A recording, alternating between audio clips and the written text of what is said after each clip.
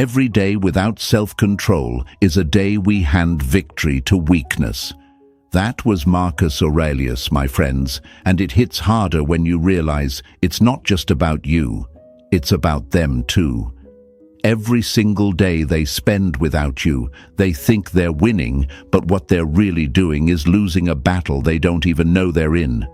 That's the truth most people don't want to face. Folks, the biggest lie they sell you is this: when someone walks away, they walk into freedom. No. When someone walks away, they walk into a battlefield. And time. Time is the only general in that field. So here's the hook. Lean in, because I don't want you to miss this. You don't need to chase, you don't need to beg, and you don't need to prove yourself. The one thing you need is silence. The one ally you need is time. Every day that passes, every sunrise they face without you, is another fight they're losing while pretending they're fine. And trust me, my friends, pretending can only last so long before reality cuts through. Hey folks, imagine this. You're at a party. Music is blasting, people are laughing, lights are flashing. But suddenly, in the middle of all that noise, the DJ cuts the music. Silence. Everyone feels it. That's what your absence is like. They might be surrounded by people, surrounded by noise, but without you, there's a silence inside them they can't escape. And here's the kicker. They'll laugh, they'll smile, they'll post on social media. But silence doesn't care about their performance. Silence follows them home. Now, here's the lie you've been told. When they leave, they're happier. That somehow they've upgraded, leveled up, found a better life. That's the illusion pride sells them. It's like a gambler who just lost big and walks away from the table bragging, "I didn't want that jackpot anyway." My friends, that's not confidence, that's cover-up. Seneca once said, "It is not the man who has too little, but the man who craves more, that is poor." They left because they craved something else. But the emptiness they now face makes them poorer than they ever expected. And let me break this even harder. Every day without you is a day of small deaths for them. It doesn't hit all at once. It's a slow burn. First, it's just a memory of your laugh. Then it's the chair across from them at dinner that feels too empty. Then it's the message they almost send, but delete. Those are losses. Tiny ones, but they add up. They thought they were free, but really they're carrying shackles made of regret, and every tick of the clock makes them heavier. Picture this. Have you ever tried to hold a beach ball underwater? At first you think you can keep it down. You press harder, push deeper, but eventually the pressure wins. That ball shoots up, exploding through the surface. That's their denial right now. They can keep smiling, keep pretending, but sooner or later the truth comes up. The truth that life without you isn't a victory, it's a void. Now, let me talk to you directly, my friends. I know you've had those moments, lying awake, wondering if they even think about you, if they regret walking away.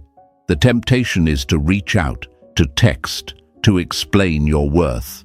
But listen carefully. You don't need to prove what time will prove for you. You don't need to fight battles that silence is already winning on your behalf. The longer they go without you, the more they feel the weight of what they lost. That's not revenge, that's reality. Marcus Aurelius also said, "The best revenge is not to be like your enemy. Don't chase, don't beg, don't try to show them what they lost. Just live, just rise, just become so strong, so grounded, so radiant that their memory of you becomes the most painful mirror they'll ever face." And before we dive into the stages of their downfall, let's lock this in together. Write these words in the comments right now. I choose silence. Say it, show it, believe it. It's not just words, it's a standard. And if this message is hitting home, folks, smash that like button, subscribe if you haven't already, and stay with me, because what's coming next? Oh, they never see it coming. Number 1, the first illusion of freedom. We are more often frightened than hurt, and we suffer more in imagination than in reality. That's Seneca, my friends, and it sets the tone for this first stage. Because when they walk away, when they turn their back on you, they think they're walking into freedom. They imagine a life without you will be lighter, easier, filled with endless opportunities. But that imagination is exactly what will betray them. At first, they strut away with that false confidence. You've seen it before, the smile that looks a little too wide, the laugh that sounds just a little too forced. They post pictures online, out with friends, arms thrown around new people, drinks in hand. They tell themselves and everyone else, "I'm fine. This is what I needed." It's like someone jumping out of a plane without checking if the parachute is strapped on. They feel the rush, they feel the thrill, but the ground is still waiting. Imagine this. They walk out of your life thinking they've just escaped a storm. They believe they're stepping into sunshine, a brand new season. But what they don't realize is that the real storm hasn't even begun, because the storm isn't outside, it's inside. The silence you leave behind is the thunder, and the absence of your presence is the lightning that keeps striking when they least expect it. They tell themselves lies to calm the fear. "I didn't need them. I'll find better. I'll be happier." But lies, my friends, have a short shelf life. The truth always spoils them. And the truth is this: freedom without meaning is just emptiness wearing a mask. They might celebrate for a while, but deep down, in the cracks of their pride, a whisper begins. What if I was wrong? Have you ever noticed how people brag the loudest when they're the most uncertain? That's what they do. They'll talk about how relieved they are, how the relationship was too much, how they feel lighter now. But pay attention, the more they say it, the more they're trying to convince themselves. Because real peace doesn't need an audience, it doesn't need validation. The Stoics remind us that truth stands on its own, while lies lean on constant reassurance. But here's the danger: they don't recognize it yet. Pride is their armor, and pride is heavy. They carry it like a shield, blocking every sign that they've lost something real. Yet even the strongest arms get tired of carrying a shield that doesn't protect them from what's inside, because the enemy isn't you, it's their own mind. Let me paint it even clearer. Imagine they've been drinking salty water thinking it's quenching their thirst. For a moment it feels refreshing, but soon their lips crack, their throat burns, and their body craves real water. That's what life without you is. Salty water disguised as freedom. It promises relief, but delivers emptiness. And this is where the fear creeps in, slowly, silently. What if they can't replace you? What if the connection they had with you isn't something they'll ever find again? What if walking away wasn't liberation, but a self-inflicted wound? They won't say it out loud, not yet. Their ego won't allow it. But late at night, when the laughter has faded and the phone has stopped buzzing, that question scratches at their mind. Did I just lose the best thing I ever had? The lie they cling to is that they can always come back, that you'll always be there waiting, ready to forgive, ready to rebuild. That's the fantasy that keeps them calm in the early days. But what they don't realize is that silence is eroding that fantasy. Every day without you, every sunrise that passes, weakens their illusion. And soon they'll wake up and discover that the bridge they burned doesn't lead back. It leads nowhere. And let's be honest, folks, this stage is hard for you too, because you might look at them smiling, laughing, living as if you never mattered, and you'll wonder, do they miss me at all? Was I that easy to forget? But here's the truth you must hold on to. Their performance isn't reality. You're seeing the mask, not the face. You're seeing the distraction, not the silence that haunts them after the curtain falls. Marcus Aurelius said, "The happiness of your life depends upon the quality of your thoughts." Remember that. Their thoughts are not happy, they're heavy. They may dress them up, but the quality of what they carry inside is already decaying. They're not free, they're in chains of their own making, and those chains get tighter the longer they go without you. Yes, it's difficult. It's difficult for you to resist the urge to break the silence, to check in, to see if they feel it too. It's difficult not to explain yourself, not to shout your worth, not to remind them of everything they're losing. But understand this, the moment you do that, you become their escape route. You rescue them from the silence that was about to break them. Don't hand them that relief. Don't undo the work time is doing on your behalf. So hold firm.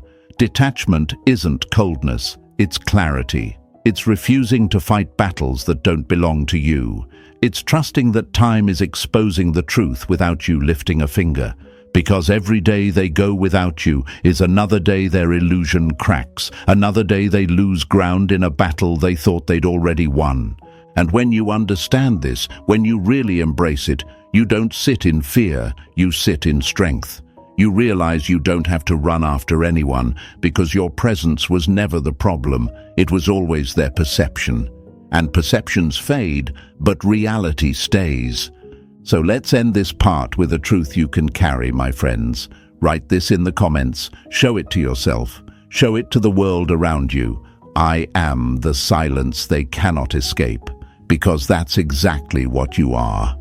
A silence louder than their noise, a presence stronger than their distractions. Stay with me, because the next stage is where things start shifting even deeper. The illusion starts to crumble, and the silence they thought they wanted begins to haunt them. And when that happens, the battle they thought they were winning turns into the war they never prepared for. Number 2, the echo of absence. Silence is sometimes the most powerful scream. My friends, that quote isn't just poetic, it's the truth of this stage. Because after the illusion of freedom begins to fade, what creeps in next isn't loud, dramatic, or obvious.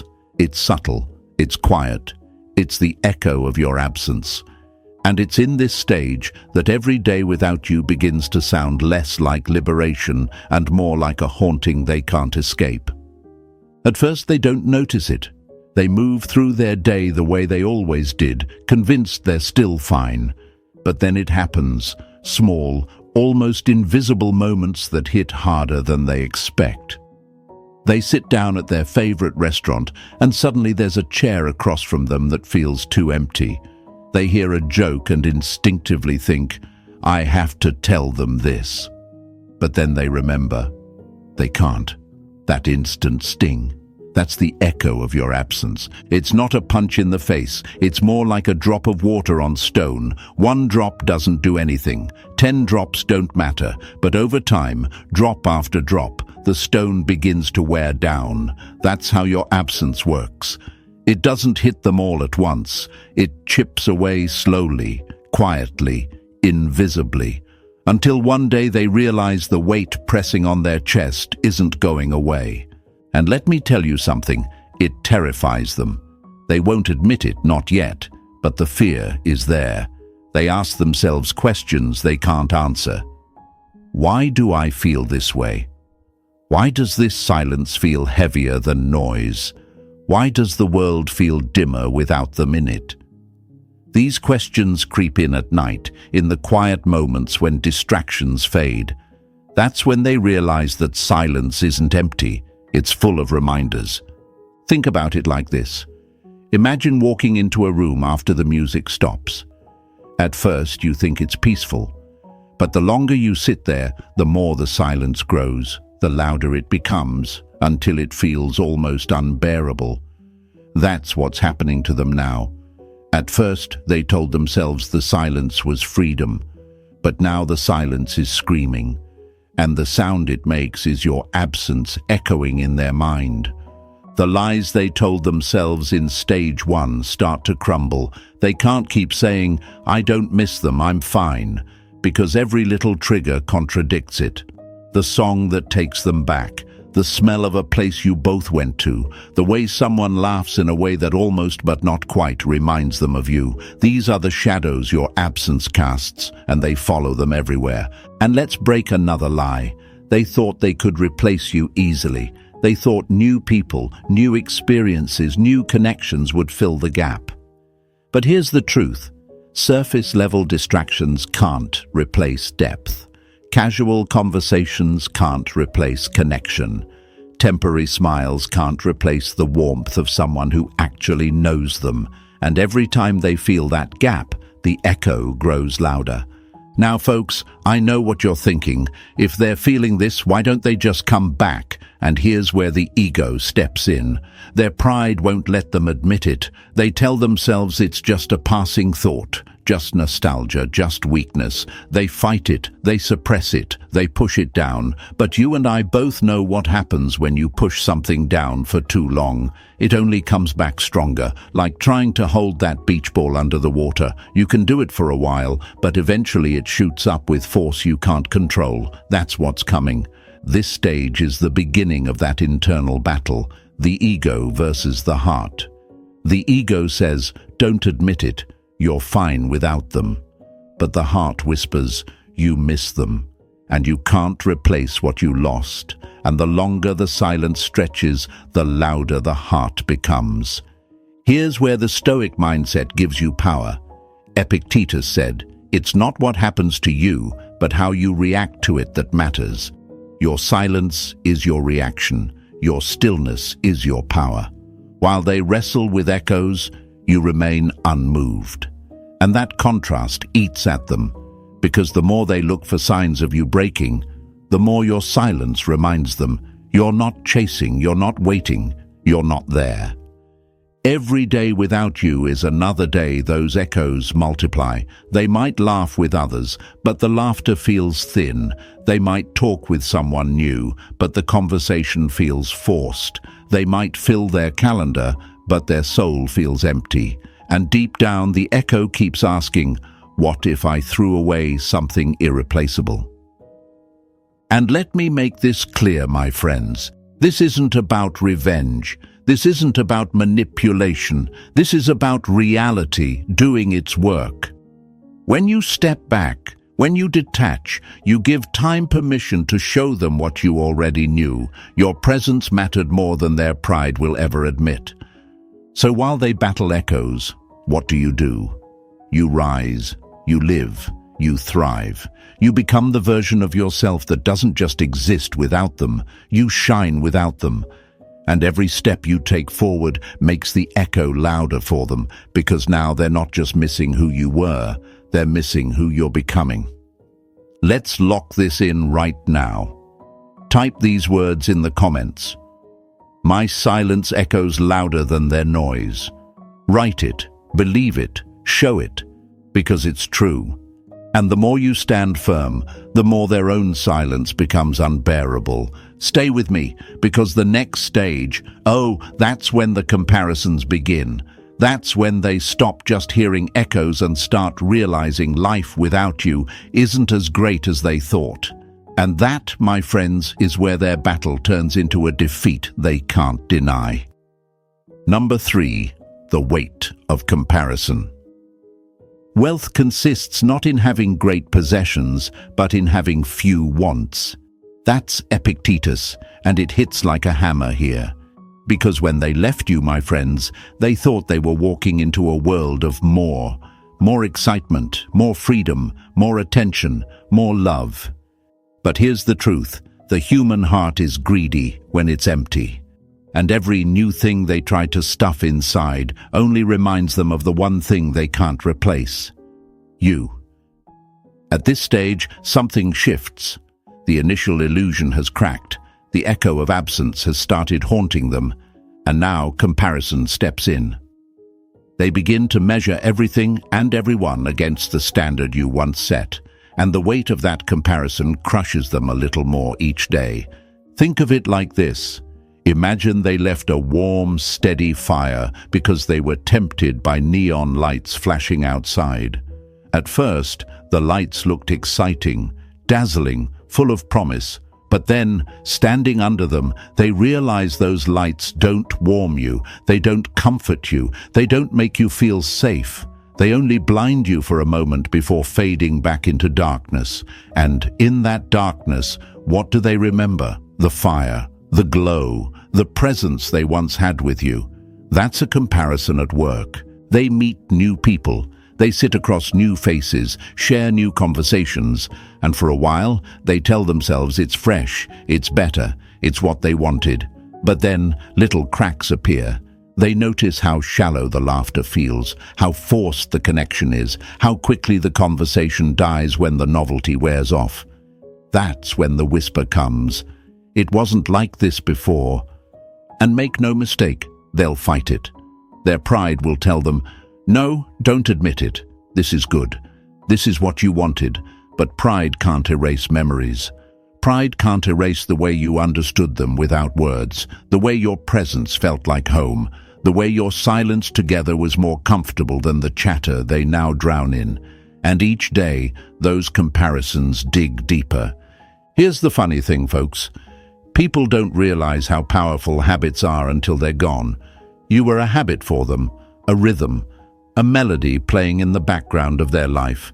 Now the music has stopped, and everything else feels off-key. And when someone new enters, when they try to make a replacement, their heart does what hearts always do. It compares, not intentionally, but instinctively. That's when the fear rises. They start to wonder, what if I never feel that again? What if I threw away something that only comes once in a lifetime? What if every comparison only reminds me of what I lost? Those questions aren't surface thoughts. They're deep, gnawing doubts. And doubts, my friends, are powerful. Doubts are the termites that eat away at the wooden frame of their false confidence. Let's call it out. The biggest lie they told themselves was, I can find better. That's the fuel of arrogance, the fantasy of the ungrateful. But reality doesn't play along. Because connection, true connection, isn't something you just stumble on every Friday night. It's rare, it's sacred, it's built through time, trust and presence, and the more they search for it elsewhere, the more they realize it's not showing up. Marcus Aurelius said, "The impediment to action advances action. What stands in the way becomes the way. Their impediment now is regret." And every failed comparison, every empty conversation, every joy that feels incomplete, that's the way forward for them, into the realization that their so-called freedom is nothing but a cage without you in it.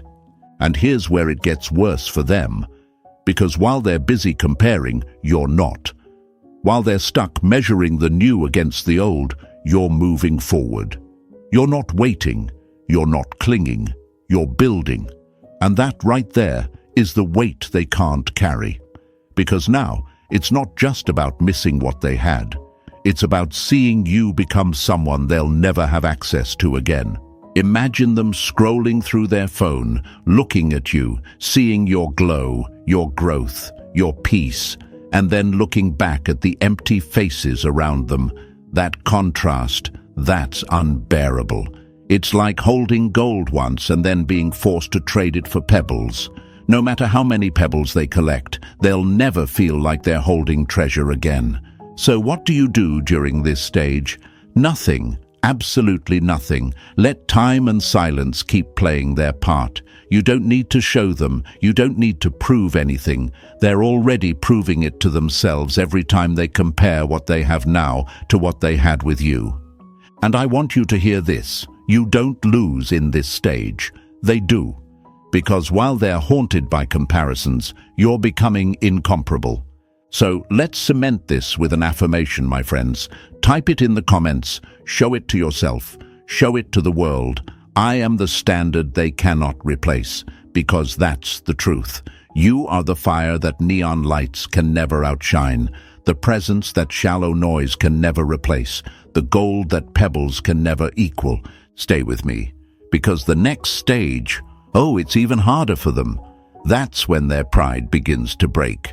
That's when their ego, the very thing they thought would protect them, becomes the prison that traps them. And trust me, you don't want to miss that. Number 4, the ego's defense cracks. He who indulges empty fears earns himself real fears. That's Seneca, and it's the perfect doorway into this stage, because, my friends, this is where their mask starts to slip. they've been carrying themselves with pride, with confidence, with that smug illusion that leaving you was the smartest move they ever made. But pride is heavy, and ego is fragile. And when the weight of silence collides with the echoes of your absence, the cracks begin to show. At first they fight back. Their mind tells them, no, I made the right choice. I don't need them. I'm fine. And so they double down.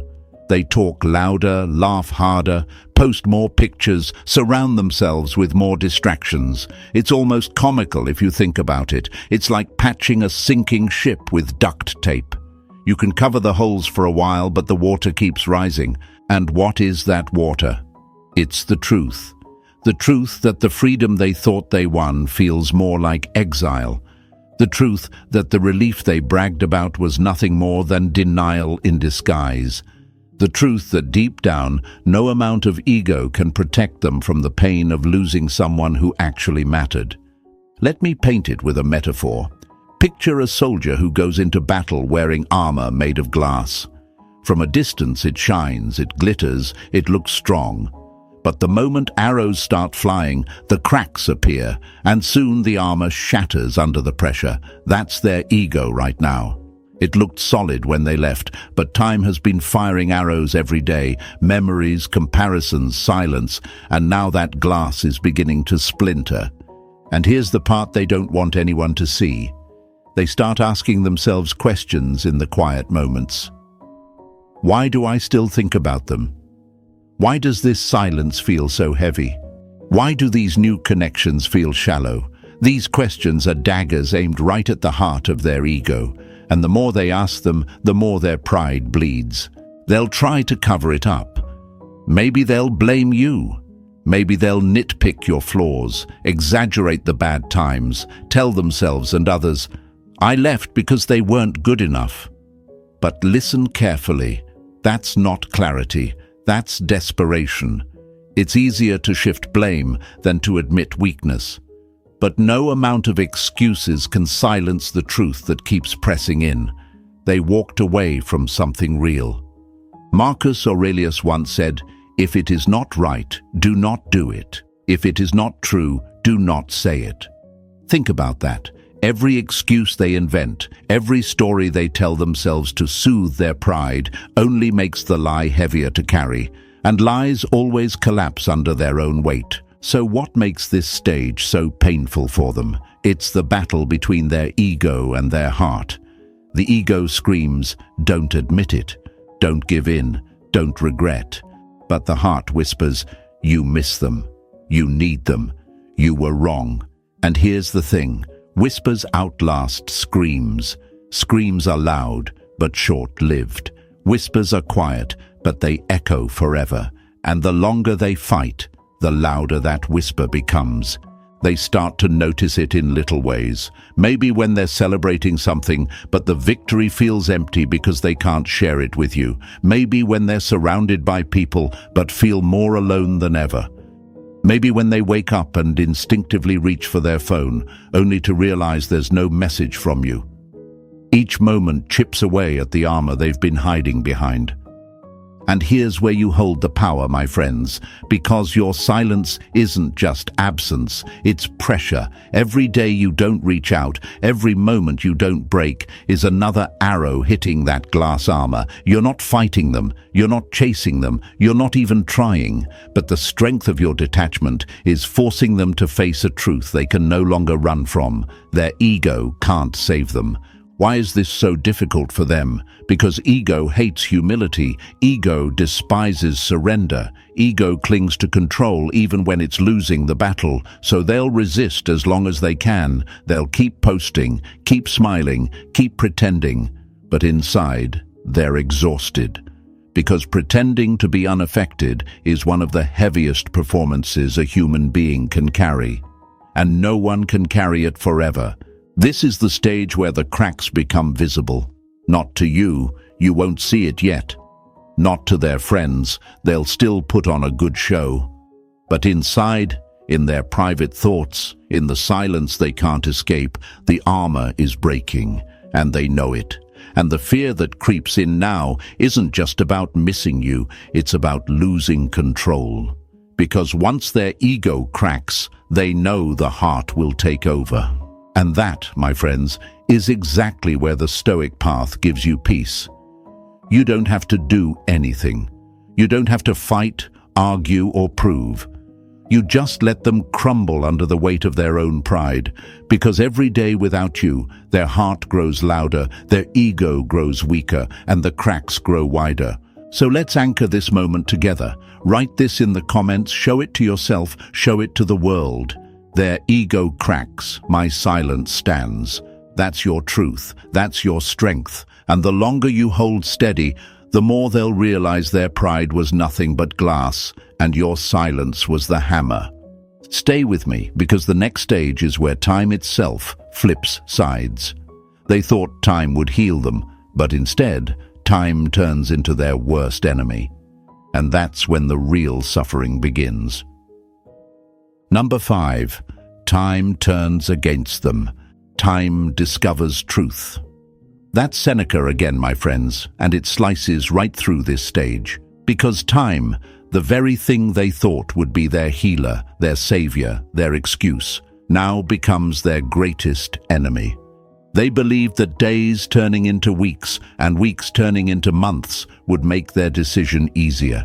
They believed that the pain would fade, that the silence would lose its weight.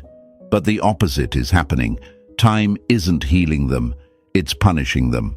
At first, they reassured themselves, just give it time, I'll forget, I'll move on, I'll be fine. That's the story they told themselves in the beginning, but stories only work for so long before reality cuts through. And reality is this: every sunrise without you is another reminder that they are not better off. Every sunset without you is another weight pressing on their chest. They're not moving on, they're stuck, they're not healing, they're unraveling. Picture a person stuck on a treadmill. They're running, sweating, trying to convince themselves they're getting somewhere, but deep down they know they're in the exact same spot. That's what their life feels like now. Time is moving, but they're not. The days pass, but they feel no progress. And each day that goes by only reinforces the truth. Their so-called freedom has led them nowhere.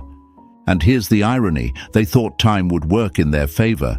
They thought, if I just distract myself long enough, the memories will fade, the feelings will die. But time doesn't erase real connection. Time sharpens it. Time takes what's shallow and makes it disappear, but it takes what's deep and makes it echo louder. That's why the longer they go without you, the more those echoes haunt them. They wake up in the morning and their phone is silent. No message, no good morning. No one who knows their rhythms, their moods, their quirks. They brush it off, but then it hits them again at lunch, when they're sitting across from someone new and realizing the conversation feels flat. It hits them again at night when the noise of the day fades and they're left staring at the ceiling, wondering why their chest feels hollow. And the answer keeps showing up, over and over again. It's you. Marcus Aurelius said, "The passing minute is every man's equal possession, but what we do with it makes us unequal." Think about that. Every minute that passes now is a loss for them and a gain for you. Because while they're stuck battling regret, you're using time to grow. While they're sinking in silence, you're rising in strength. Time is the same for both of you, but it's working in opposite directions. For you, it's building. For them, it's breaking. And what's worse, they start realizing it. They start to feel that their so-called progress is an illusion, that the longer they go without you, the further away they are from the life they thought they were creating. The confidence they once carried starts to rot from the inside out. Their ego keeps telling them, "Don't admit it, you'll get over this." But their heart knows the truth. They're not getting over it. They're sinking into it. This is when time becomes cruel, because the questions they once avoided now hit them harder each day. Did I throw away something irreplaceable? Did I make the biggest mistake of my life? Is it too late to fix it? Those questions aren't fleeting anymore. They're constant. They hang over their head like a storm cloud, and no matter how many distractions they chase, they can't escape them. Think of it like being trapped in a cell where every wall has a clock ticking louder and louder. Every tick is a reminder. Every tock is a punishment. The very thing they thought would heal them is now the thing tormenting them. And here's the beauty of Stoicism. You don't need to interfere. You don't need to chase, beg, or even remind them of what they lost. Time is already doing the work for you. Your silence is the sharp edge, but time is the pressure that drives it deeper. And every day they spend without you, that blade cuts further into their pride. And let me tell you this, it's terrifying for them. Because once they realize time isn't their ally anymore, the fear of permanence sets in. The fear that this regret won't fade. The fear that they waited too long. The fear that while they're stuck in the past, you've already moved into a future that doesn't include them. That's when desperation begins to creep in. They might start looking for signs, checking your social media more often, asking mutual friends about you, maybe even considering reaching out. But here's the catch, they hesitate, because reaching out means admitting defeat, and their ego, even cracked, will fight that to the very last moment. So they sit there in torment, in silence, while time keeps punishing them.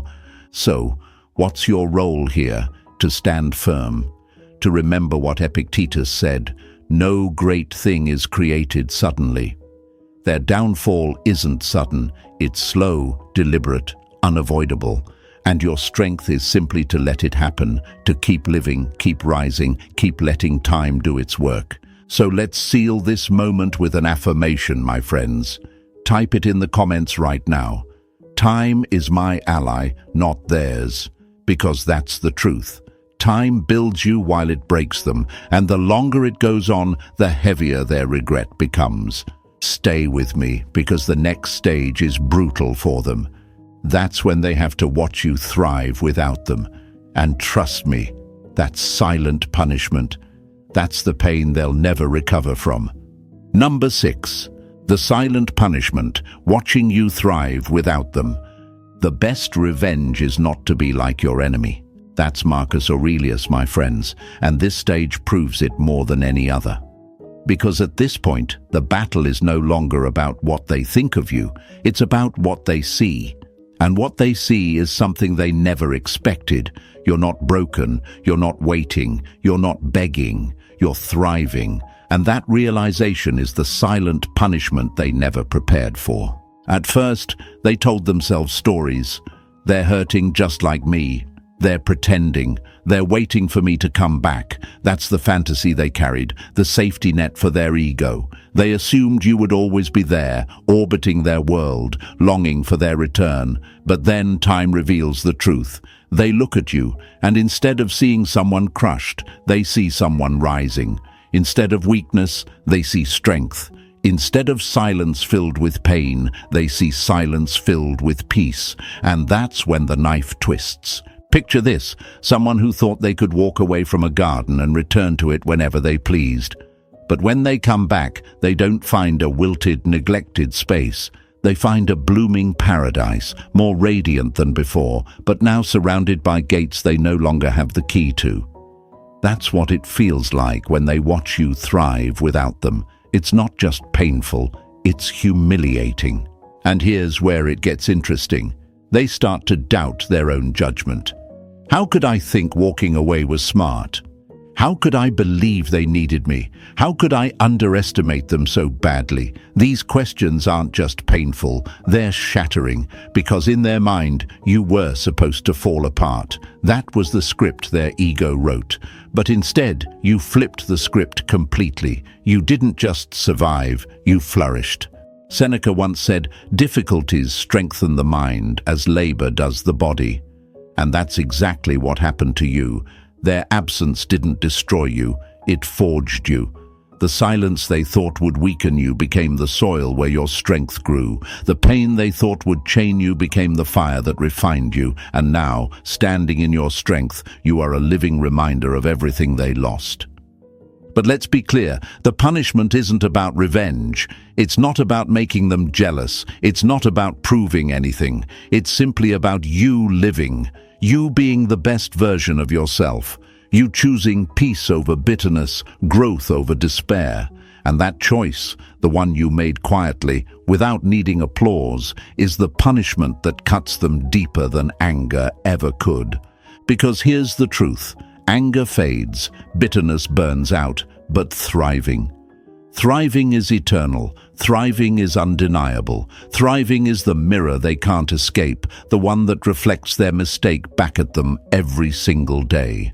And the more you rise, the smaller they feel, and oh, how they hate it.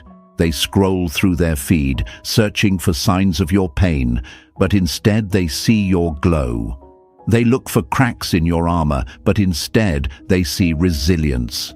They hope for proof that you're waiting for them, but instead they find proof that you've moved forward. That's the silent punishment. Not your words, not your anger, just your existence.